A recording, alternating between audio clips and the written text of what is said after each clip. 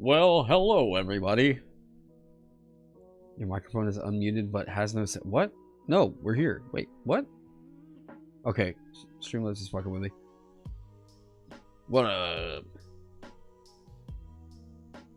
Are we getting the Kindred back? The Kindle? They are coming back.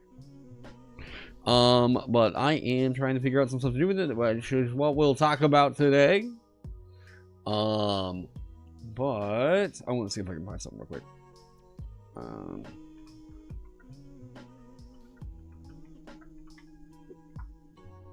Do they have? Ooh.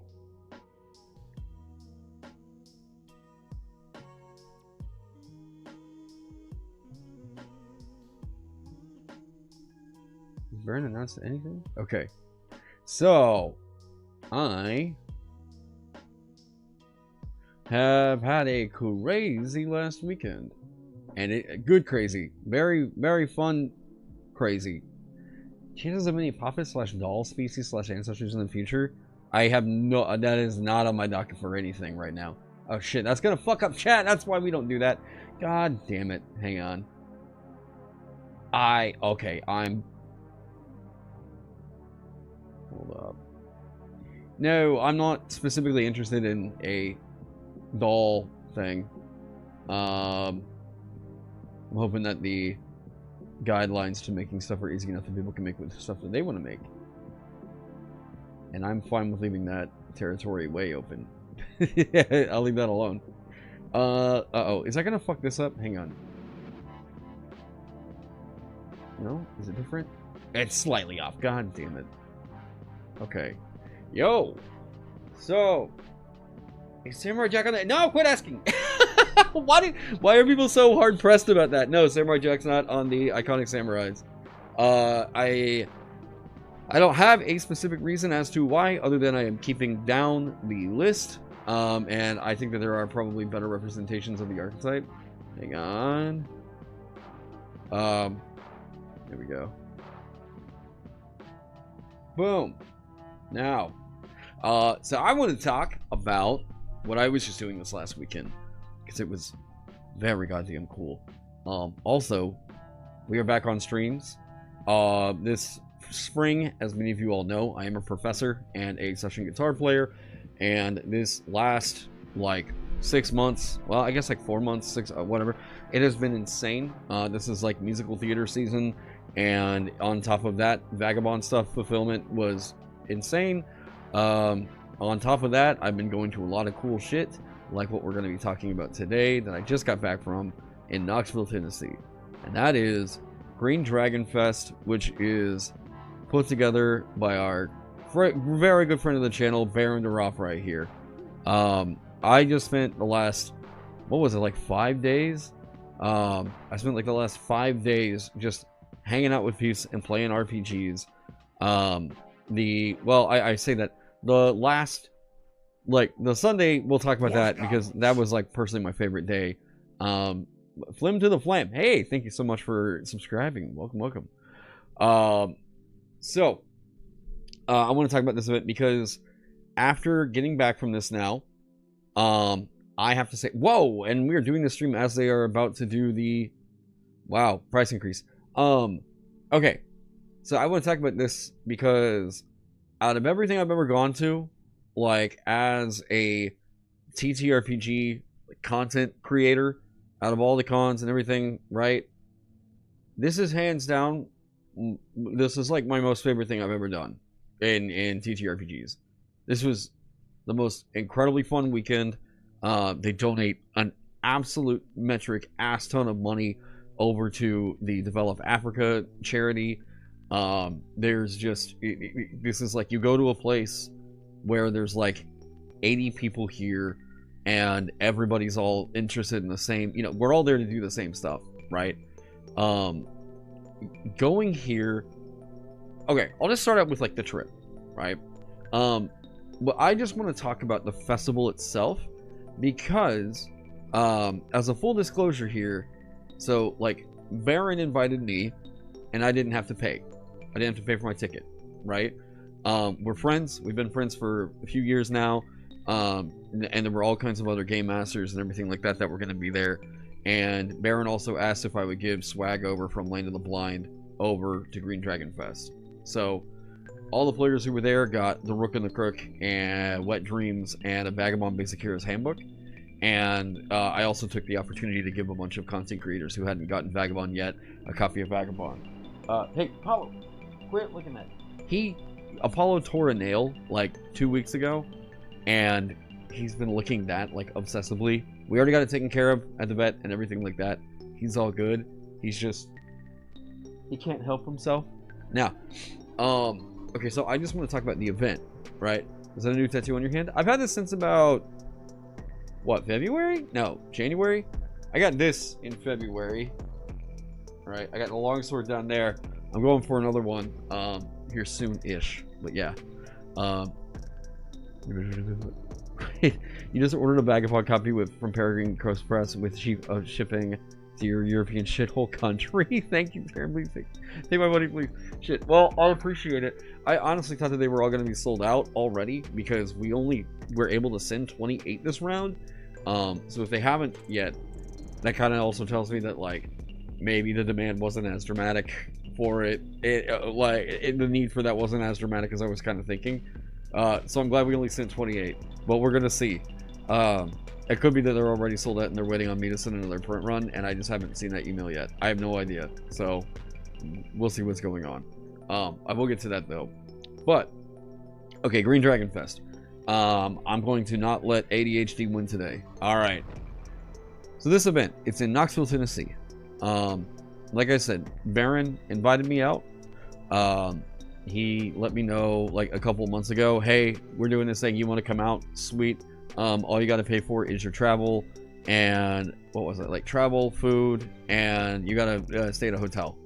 Okay, sick. He couldn't put me up where they were putting up the other DMs and everything like that. All right, cool, I gotcha.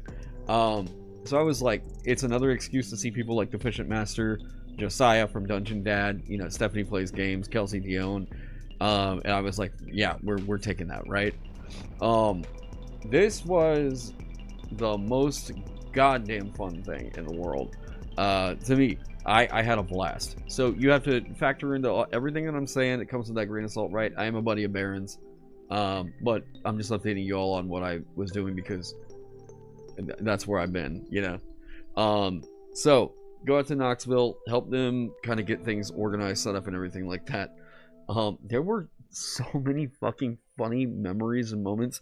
I just want to say, number one, this was the first con where I actually got to meet and hang out with guys like Justin Alexander, who is, holy shit, that's the Alexandrian blog, and he is legitimately one of the fucking funniest RPG players I have ever seen. I so wish we had recorded the final night, and I'll kind of talk about what we were doing there and everything. I want to see Justin Alexander on more actual play shit. I would watch it because I remember how much goddamn fun that was. How fucking funny he was. The last night, it was Dungeon Dad running Corp Borg for all of us. So we were all like playing in Galgan Beck, but it's like the office. And it's like a corporate Morkborg. So I was playing as a graphic designer. But the people that were in the game were like Justin Alexander playing as an intern, Kelsey Dion playing as a, what was she, sales? She might have been sales, I can't remember. I think Stephanie wasn't HR. I'm trying to remember what she was. Baron was the other graphic designer. Oh my god, Deficient Master was just the front desk guy. And then Vin Milton was an engineer? I'm trying to remember. And then Faye Moral, she was playing as, I think, another salesperson. But Justin's fucking intern was, I will never forget that goddamn game. That was so fucking funny. But Thursday, all the people start to file in. We all get food, everything like that. We're hanging out, kind of getting to know each other in this. I mean, it's like a Hobbit village. It's Ancient Lore Village is like set up like a little medieval like Hobbit village. It's crazy looking. I mean, this is like, this was the DMHQ. Whenever we were there were people playing games up here. I'll kind of talk about the Bronstein thing here in a second. There were people staying in houses right here and everything, but other than that, there were like 4 or 5 different sites where people were just going around playing games. It was crazy.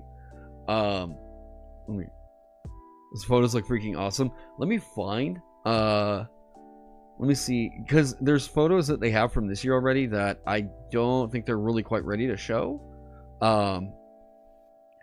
So I don't know what the situation is on that. Let me see. Is there a partners? No, come on. Okay, I'm not seeing one. We basically go in there on Thursday. This is like everybody's getting in town. Everybody's getting in town, kind of getting to know each other, everything like that. We show up and we're eating dinner together. And there's a guy that comes down, shows up named David Wesley. And I'm trying to make sure I got his name 100% right.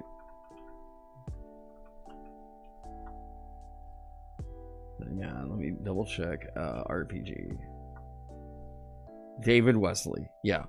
So David, wait, how old? Okay.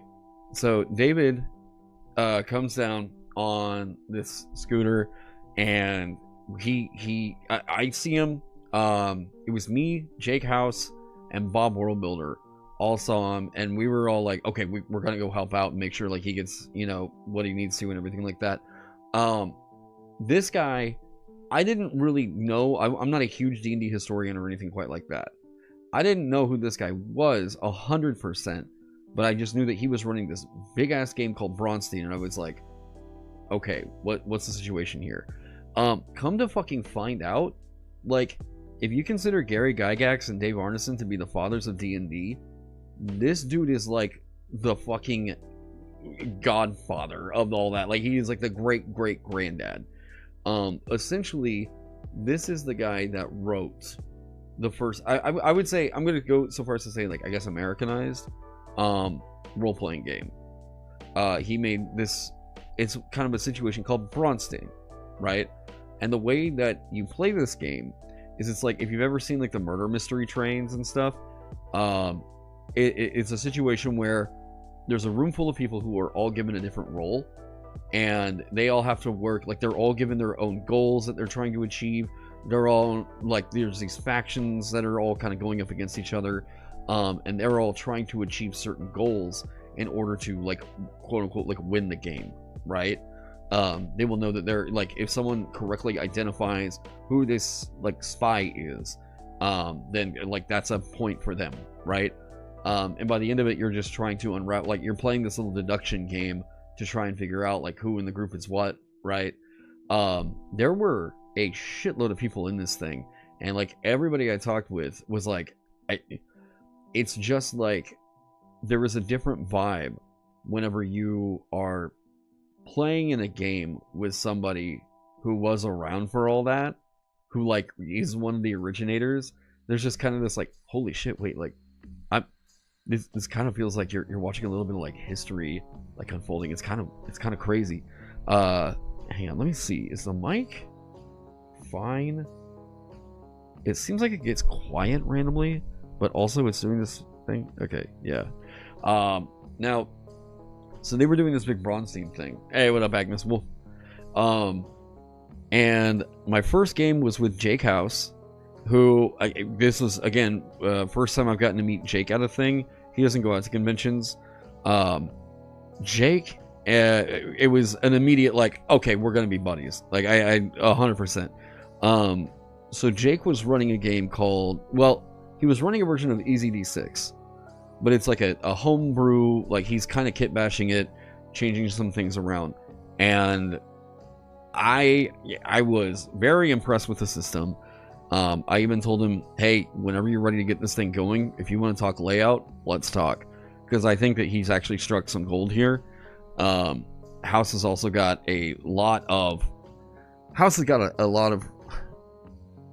he's got a lot of the old school, like, flavor, vibe, and feel that I can just sense that this thing is going to slap super hard. I've played it now. Like I said, easy D6, but there's some tweaks and twists on it that make it feel like a how do I put it? I do really appreciate what he's doing with this magic system over here. I typically don't like, you all know this because I brought it up in the past, I typically don't really like meta currencies in games. I don't like little points that you get that you have to track and all that stuff. Typically that's not a for me thing. However, because it was easy D6 and the resolution is so quick and like these meta currencies all had like a lot of sway in how that worked, I didn't mind it. It's hard to, because it's in development, so I don't really have anything like that can completely explain the game or anything, and he could change stuff around, but like spells are like one sentence and it perfectly encapsulates what it wants to do. There's no ability scores with it.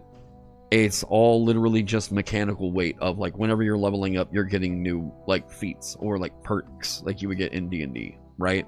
So you keep getting these little mechanical oops, which is a really cool feel. And because it's easy D6, you really don't need ability scores. It's kind of wild how far we got through it and still felt like we were, I mean, fantasy heroes, each with a distinct archetype. I think that it's going to be a really cool little study in minimalism. If Jake was trying to write a one-page RPG that really truly fucking slaps, I think he did a great goddamn job with that. We broke for lunch, and then from there I went over and played Waking of Willoughby Hall in Knave with Ben Milton. And I had read Willoughby Hall like 2 years ago, so like I remember some of the surface level stuff from it. I didn't remember absolutely everything, but we sat down, played that. Great fucking session, and having actually now played Willoughby Hall, I'm like, yeah, I can see why this thing is like everyone's recommendation for a convention like one shot. If you haven't picked that one up yet, you need to go check it out. At least go watch another review, you know, because what I really like about Willoughby Hall is I think it's just a perfect one shot. I think it's just an absolutely fucking bang up one shot. Because of what happens in the scenario, it's like, sure, could you plop down Willoughby Hall into your players' worlds and then like they can run that and do it? Yeah, you could do that. But like, something about Willoughby Hall just suits con play so fucking well.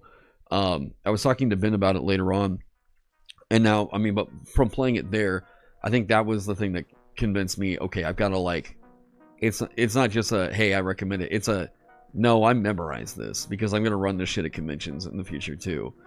I need to just like, what can I do? I need to just put Willoughby Hall like into Foundry and like run it for people in Vagabond. Let me see here. I don't really have much anything going on this week.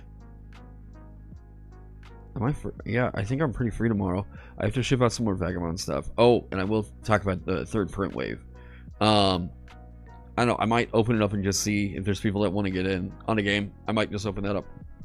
Now, I don't know what time it would be. I don't know. It literally, you all just saw me think about it, so I don't know what time it would be. So don't a million people ask for it in chat and everything. But if you go pay attention to the Discord, I'll let you all know if I decide to open up a game and run Willoughby Hall. Because I do really want to practice that one and get it up to speed. Now, from there, we go to dinner, and then we just basically started drinking from like 5 o'clock in the afternoon until like 11:30 at night, hanging out with some of the guests and everything like that, getting to know people in the industry that I had heard of but never seen, and they all came out to Green Dragonfest. It was a really fucking fun time. Getting to game with people from Lurking Fears.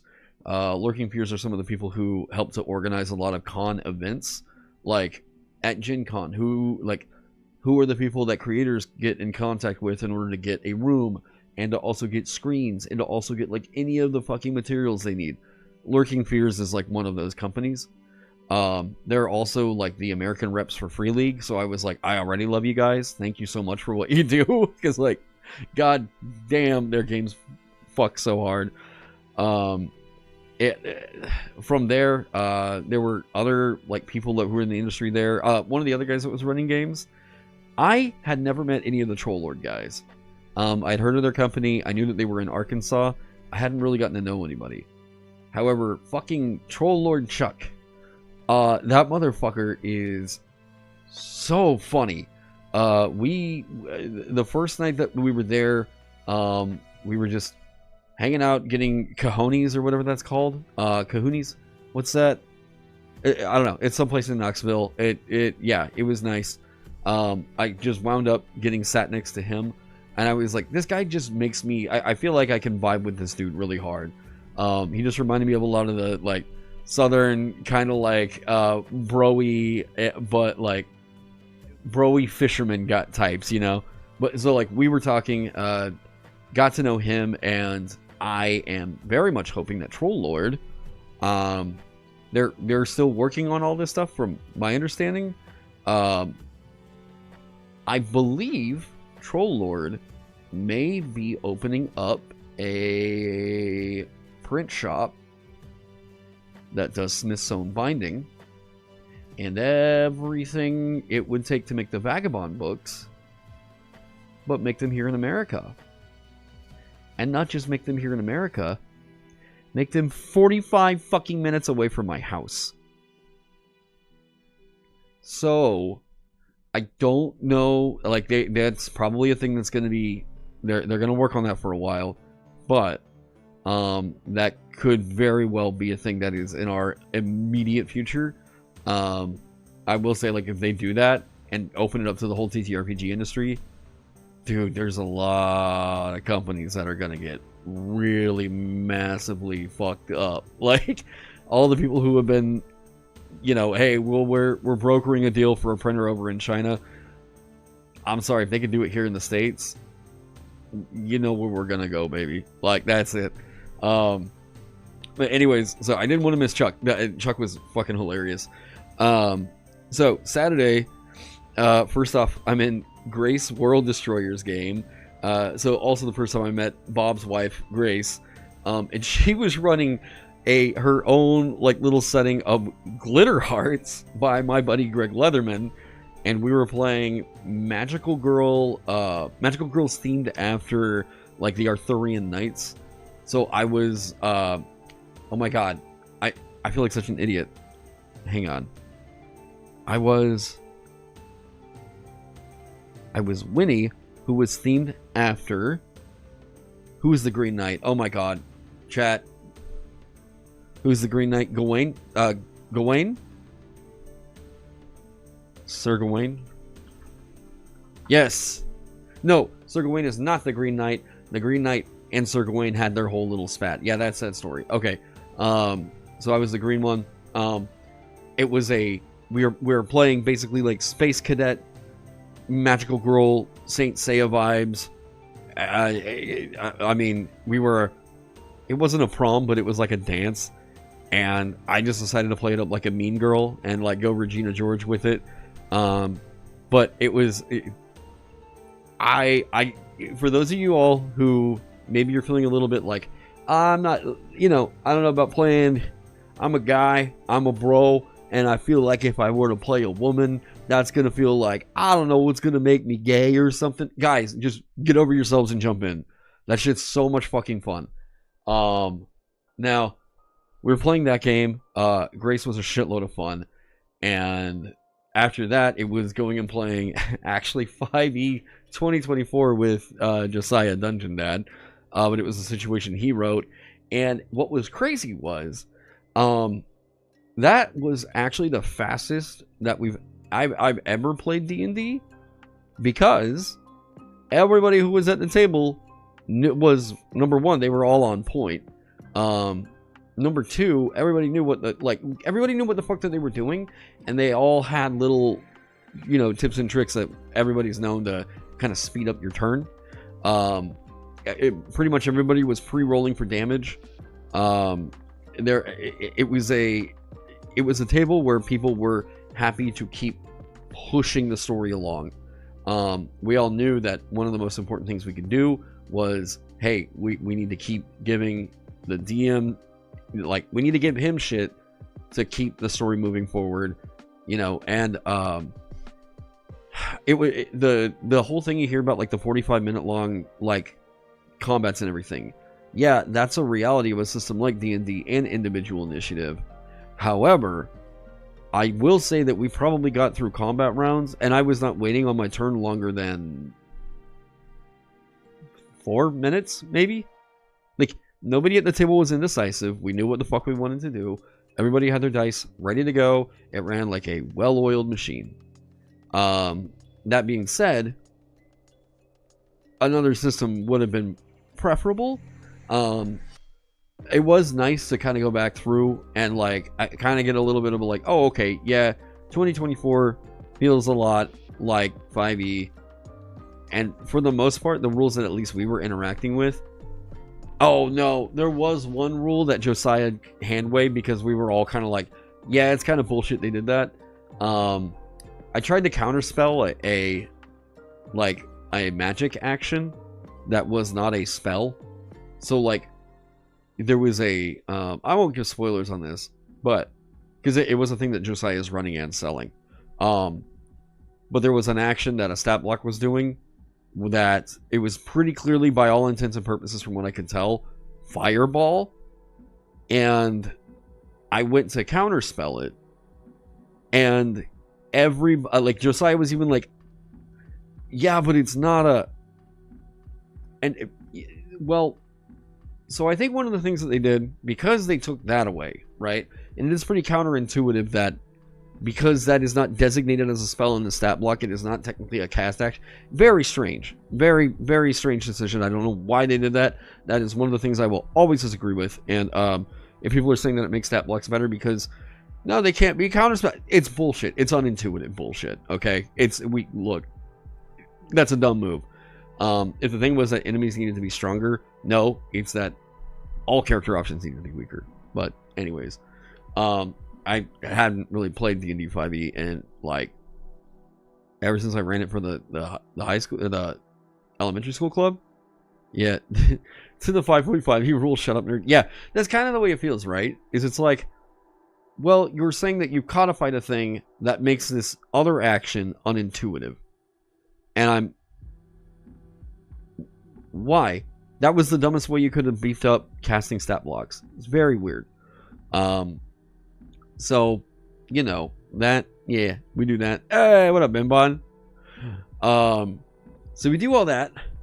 The session was fun. It was fun. Yes, it was fun. It was a fun session. I say all this to say, it was a very fun session in spite of the system. Because, number one, all the players were really great. Josiah's a great dungeon master. It ran very smoothly. Not as a result of the system, but because of the measures we took due to the system. You know what I mean? And then after that, we have like the closing dinner and, you know, drinks and all that stuff. Sunday was a goddamn blast. Sunday was a day where like basically everybody's gone home. All the guests have gone home.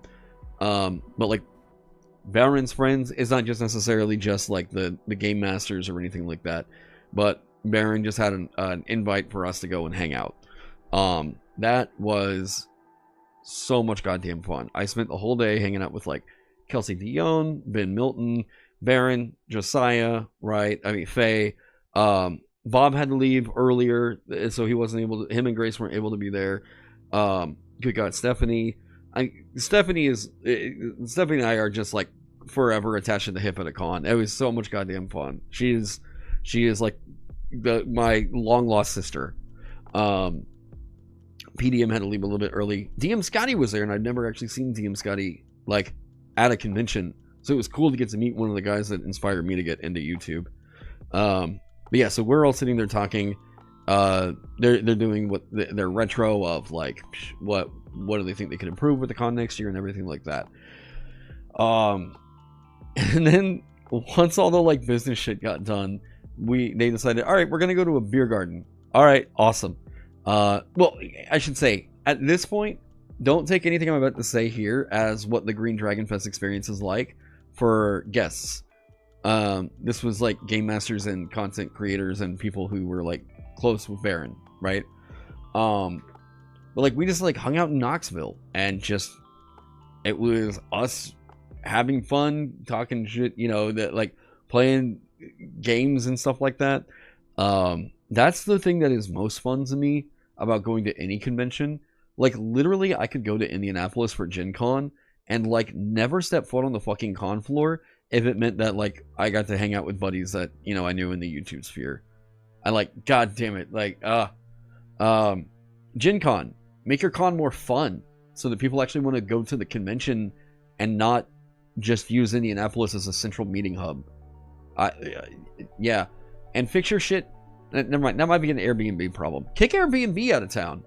There you go. Start with that. Kick Airbnb out of town so that we stop getting fucked over whenever we keep trying to rent a goddamn... Anyways, maybe the Coachella situation is going to actually cause something to change there. Okay, if you don't know what I'm talking about with that, that's you'll book an Airbnb for like a big event, and then like a week before the big event, they cancel, and then they re-up it, like so they repost the hosting for like 3 or 4 times the price, because they realized like, oh shit, that one weekend there's a big con coming in or something like that, and they wanted to make it look unavailable, and then they get up to that point and they don't care, they'll pay the penalty or whatever it is that Airbnb is going to do to them, and then they just rehost it for like 3 times the price, and then they get it booked out.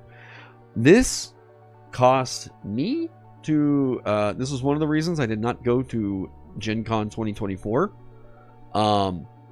It is something that affected like my buddy Sarah at Gen Con 2024.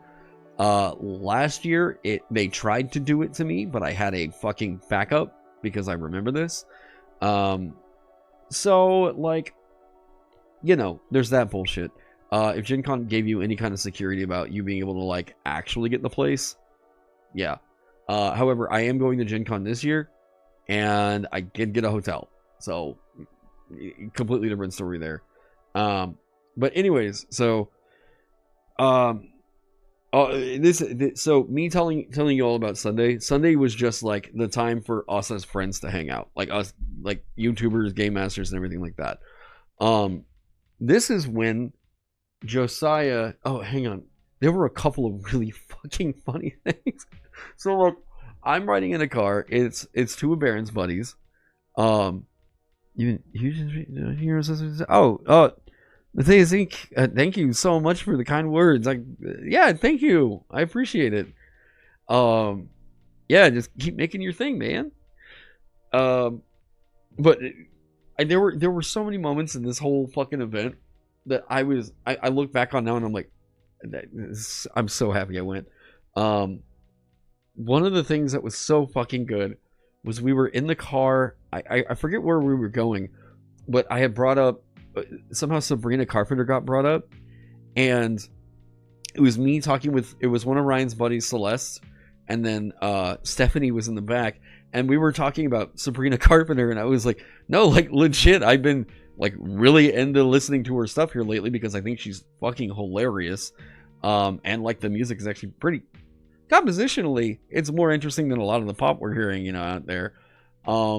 And they were like, well, what should we put on? Now, I want you to know who else was in the car while we were having this discussion and about to start playing Sabrina Carpenter.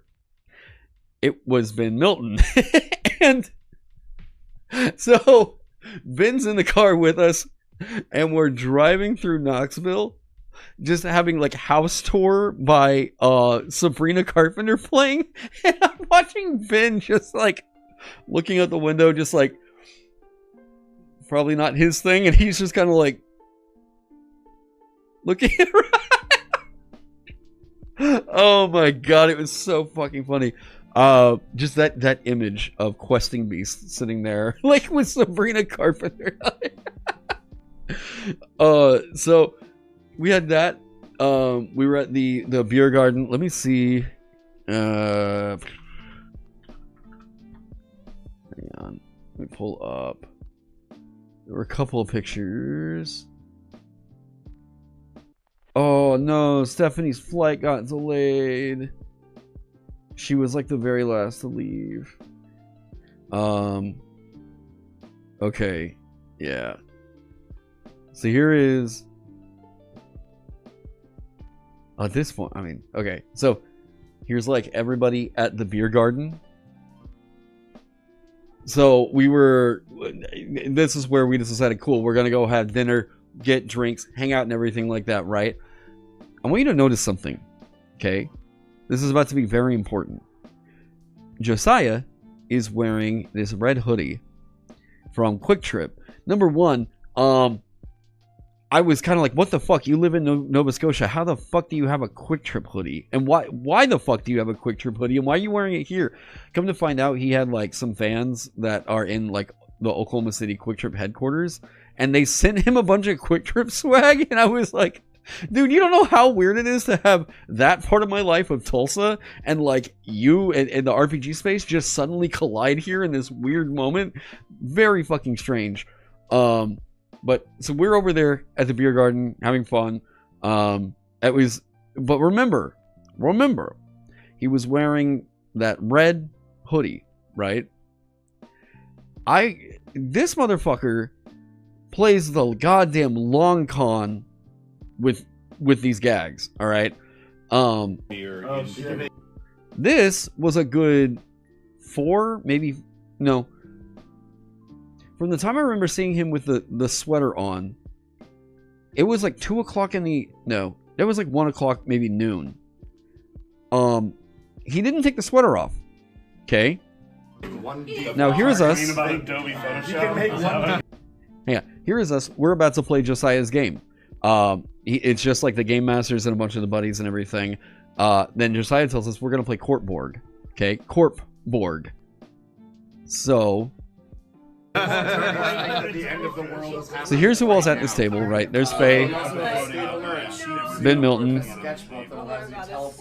Justin Alexander, Kelsey Dion, Stephanie plays games, the B-roll, and hey, we'll skip ahead here. Yeah. We're gonna be wasting no time on the mechanics or explanations of any kind. We all know how to play Morkborg. You know, But this motherfucker, yes. he wore a goddamn button-up and tie underneath a hoodie in like 75, 80 degree weather for this one goddamn moment. This one fucking moment where he's able to reveal that he's actually had that on the entire time before we play Corpborg. And oh my fucking, that is, yeah, having had Josiah as a buddy for like 5 years now, that is 1,000% his goddamn sense of humor. Yeah, no, I fucking love his like long con of jokes. That guy lives for the long con. It's, yeah, so goddamn good. But after that all wraps up, we have played this game and we all kind of know, okay, things are gonna wrap up, and then we got to go home. We all say our goodbyes. I leave for Tulsa at like 6 o'clock in the morning. Get back here, get things kind of put together and everything like that, right? Dude, this last weekend was one of my favorite times I have ever had at an event. This was so fucking fun. Thank you so much to Baron for inviting me, getting my ticket, whatever, everything. Everybody, it was so fucking fun to play with you guys, and it was so awesome to get to meet so many of y'all and just talking shop, hanging out, talking bullshit. Whatever we were doing, god damn it, it was just a great weekend. Yeah, I had an absolute blast, and you guys should go check it out. You should, and I understand ticket prices are pretty high. The event itself, I will say, here's the thing. I can't really give it an endorsement. And I understand that because I am associated and everything like that, right? I don't get a profit from it other than I guess Baron gave out some of my shit. I actually lost money on it, so if there's that, right? I did pay for my own travel, my own food, and my own hotel, which was not cheap. I mean, everything like that was still expensive, you know. I would still do it again in a heartbeat. But I will say, I know that the ticket prices to it are expensive. After seeing the logistics that go into it, I can understand why they're expensive. And I know that not everybody's going to be able to go. It is a reserve kind of a deal. But for people who are like very, very, very desperately, like they're wanting to like really get into the history of like RPGs. I mean, like shit, there were guys who were literally playing the first RPG ever created with the guy who made it. You know, Bronstein. There were people who got to sit in on Dave Wesley's game. You know, I that's fucking wild. Kelsey was running Curse of Strahd in, well, she was running the old Ravenloft module in Shadowdark. You know, I mean, I got to play Knave with Ben Milton playing Willoughby Hall. You know, like, okay, if you are into RPGs, this is a fucking great event. It was I had a blast. So thank you to Ryan and thank you to all of the people for making it happen. And it was a fucking blast. So all that being said, I am back in town now. That was officially the last thing I have on the docket until May 11th. That's not next week. Fuck, that's next Monday. Okay. Which is another thing that's going to segue into what we're going to kind of do tonight, because I've got to get some stuff organized for this. Next Monday, hey, if you are in Oklahoma, or especially if you're around Tulsa, hey, if you want to come say hey, this is not a convention, but it is a early release. Well, I say an early release. It's a midnight release party for the newest book in the Dungeon Crawler Carl series. And Shuffles, the board game cafe here in town, has invited me to run Vagabond on the night of the event. And so people are going to be able to go over to a place called Magic City Books. And let me see here. And get their copy of the new Dungeon Crawler Carl book. And I will have my booth set up in this place. Let's get a good picture. They have like a video maybe that shows the whole scope of everything. Okay, well.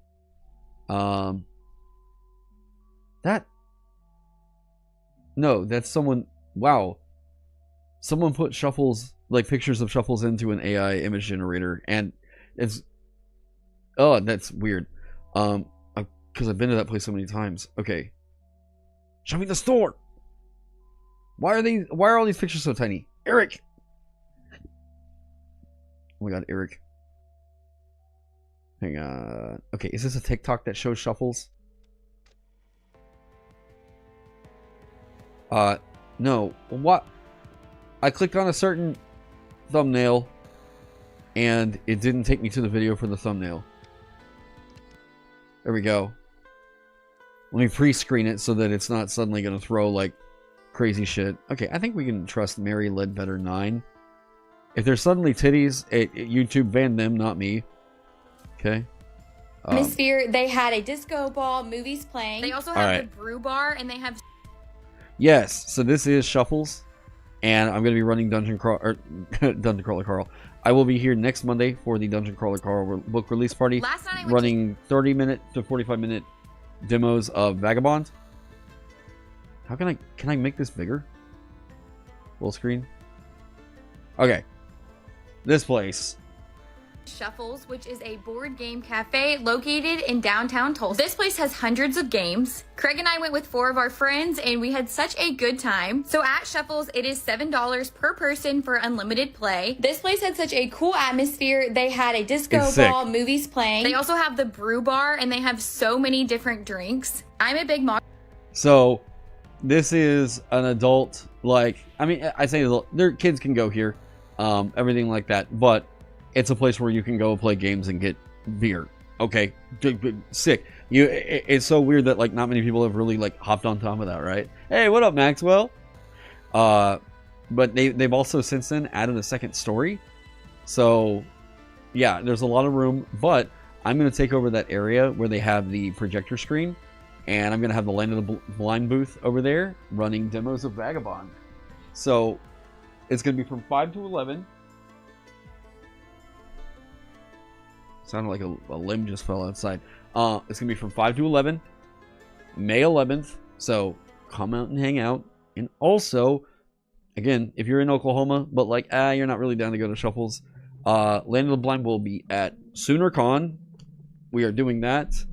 I'm looking at our booth for Page in Philadelphia. Let me see here. We will not have a booth at Gen Con, and I'm sure you all could probably guess it's because that shit's very expensive and it takes forever to get on board. However, SoonerCon 34. Hi, bud. This will be in Norman, Oklahoma. And, right, so this is going to be in Norman, and we should... Hi, bud. Oh, you're okay, what's wrong?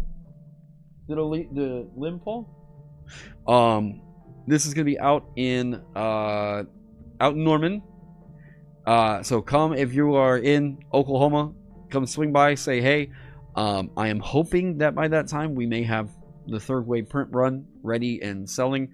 I will also be at Gen Con, so come see me in Indianapolis. And also, I'm hoping to go back to PAX U this year. We're going to see what winds up happening with that.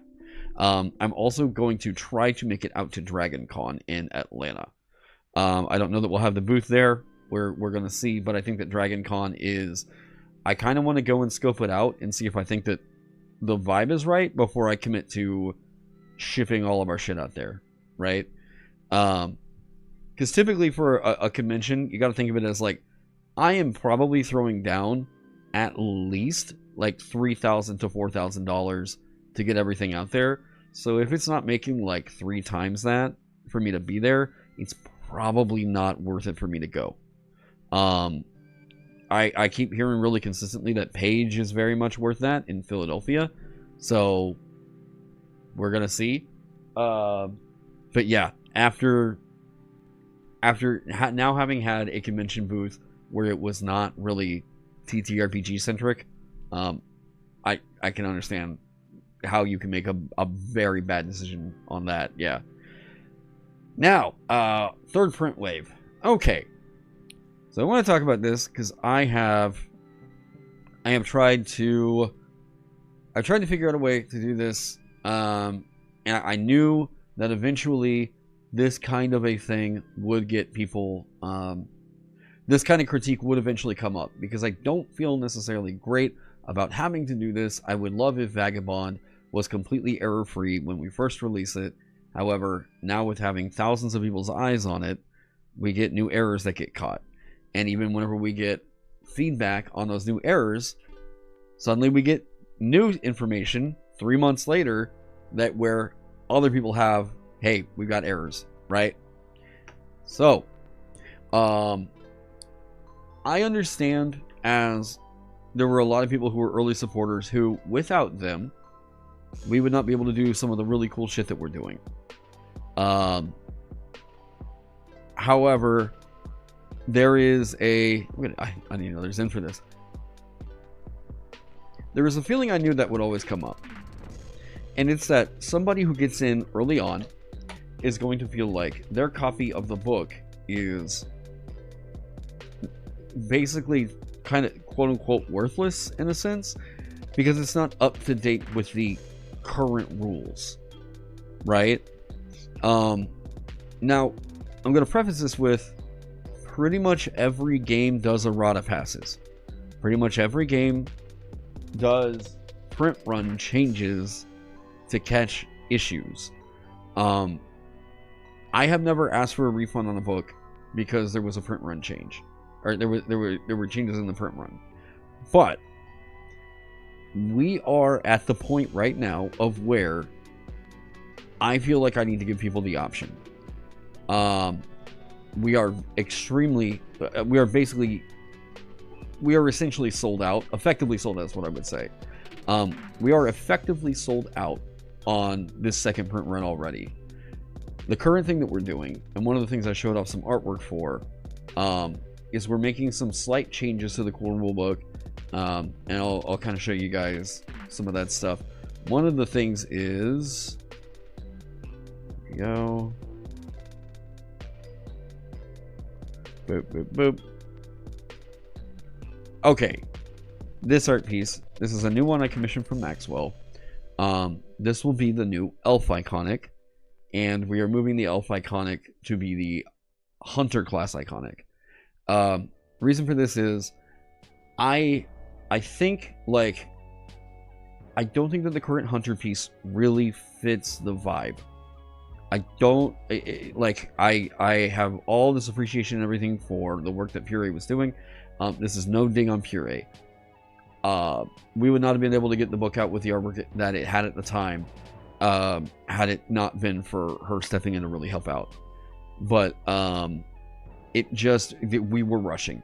We were crunching. We were rushing, and I don't think that the hunter art totally hits the vibe of a pulp action game. Puree had a lot of stuff to submit, and it was a thing where with a little bit more time, I think it could have possibly hit it.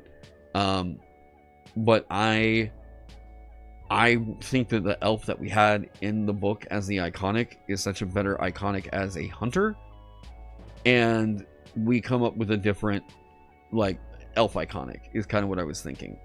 So yeah, you guys have seen this concept now. Maxwell established a look for the elves where it was like they're always kind of taking on some more characteristics from nature, and this typically manifests in their ears and like with their skin pigments or their limbs or something. I was always kind of wondering if people were going to think that elves were bird people in Vagabond or like animal people, but no, this is just like a way that a wood elf could take on a more woodsy type of an appearance, right? I like the idea that elves could be many different types of elves in our system, but this is the one that Maxwell and I are really liking right now, so we're going to keep fucking with this because it's very cool, and people seem to very much enjoy that, so yeah. But I got into that because some of the aspects of the this new print run are going to be additions that I had wanted to make in the game, for like things that I wanted to put in the game, but we just simply did not have the time to do it.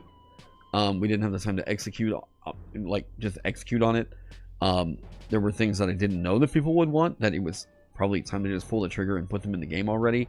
And yeah, there is a little bit of rebalancing and stuff. There are tweaks to certain things. We've gone into it with the errata. But one of the big things that I think is super cool that we have in this new upcoming rulebook is one of the things people really praise the Basic Heroes Handbook for. Nope, I should go down here. I should go up here, right there. Yes. See. You will see over here, down at the very bottom right, we have the dice rollers. And right, so all of the pages in the core rulebook will now have a dice roller down at the bottom. They will also have a D20 table in the back. The D20 is not on this. What? What?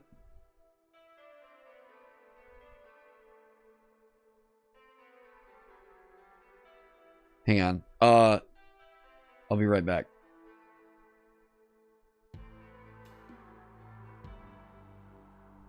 Hey guys, sorry, I gotta go. I just found out some pretty crazy news. Sorry. I will probably be back